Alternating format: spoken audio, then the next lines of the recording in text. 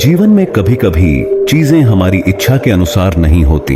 हम प्रार्थना करते हैं, आशा करते हैं और इंतजार करते हैं, लेकिन कुछ भी बदलता नहीं प्रतीत होता। उन क्षणों में अकेला महसूस करना और निराशा होना आसान होता है। लेकिन अगर हमारी चुनौतियां वास्तव में इस बड़े योजना का हिस्सा हों तो क्या होगा? अगर जो आपदा प्रतीत होती है वह वास्तव में हमें कुछ बेहतर की ओर ले जा रही हो। एक समय की बात है, एक बड़ा जहाज समुद्र में एक प्रचंड तूफान में फंस गया और डूब गया।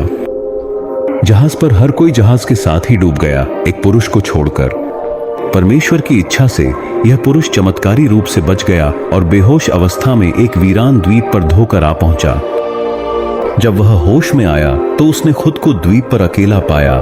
मीलों दूर कोई दिखाई नहीं दे रहा था। निराश महसूस करते हुए उसने आसमान की ओर देखा और प्रार्थना की, हे भगवान, कृपया मेरी मदद करें और कुछ भेजें। मेरा सारा पूरा दिन बीता, लेकिन कोई भी मदद नहीं आई। कुछ दिनों के बाद उसने प्रार्थना करना बंद कर दिया, क्योंकि उसने सारी आशा खो दी थी। वह अब धैर्य नहीं रख सकता था। जीवित रहने के लिए उसने दृढ़ संकल्पित होकर शाखाएं इकट्ठा कर आश्रय बनाया, नारियल तोड़ा और मछली पकड़ने लगा। लगभग 15 से 20 दिन बीत गए। उस समय तक उसने बचाए जाने की पूरी उम्मीद छोड़ दी थी। इसलिए लगभग 20 दिनों के प्रयास के बाद उसने शाखाओं से एक छोटा कुटिया बनाया।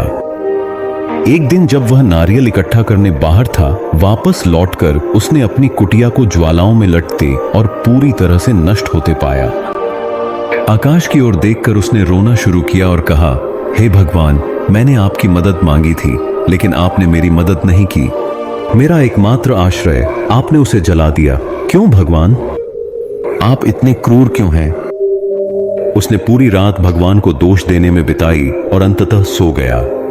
अगली सुबह उसे एक जोरदार आवाज से जाग उठे। जब उसने अपनी आंखें खोली तो उसने अपने द्वीप के पास एक बड़ी जहाज बंधते देखा।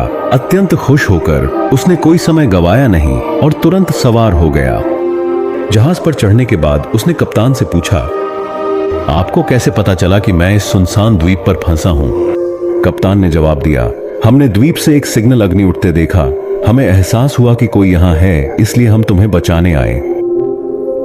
उस क्षण आदमी को अपनी जल चुकी झोपड़ी याद आई। अब उसे समझ में आया कि कप्तान ने जो आग देखी थी वह वास्तव में उसके नष्ट हुए घर से थी। उसने महसूस किया कि यह प्रभु की योजना थी, जिससे वह सुनसान द्वीप से बच निकले। उसने समझा कि भगवान की योजना उसकी योजना से महान थी।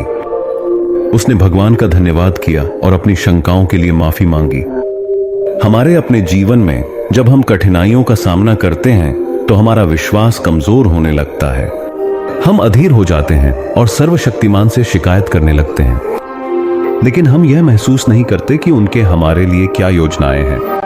हम उनकी बुद्धि का कभी अनुमान नहीं लगा सकते। वे इस दुनिया में सभी प्राणियों के लिए व्यवस्था करते हैं। वह स्पष्ट रूप से जानते हैं कि क्या देना है और किस समय देना है। तो जब भी आपकी योजनाएं असफल लगें, जब भी चीजें आपकी मनचाही दिशा में न हों, उन पर विश्वास रखें। उनके पास हमेशा आपके लिए एक योजना होती है। एक दरवाजा बंद करने से पहले वह दूसरा खोलते हैं। कभी भी आशा न खोएं। अगर आपको यह कहानी पसंद आई हो तो इसे साझा करें और लाइक करें।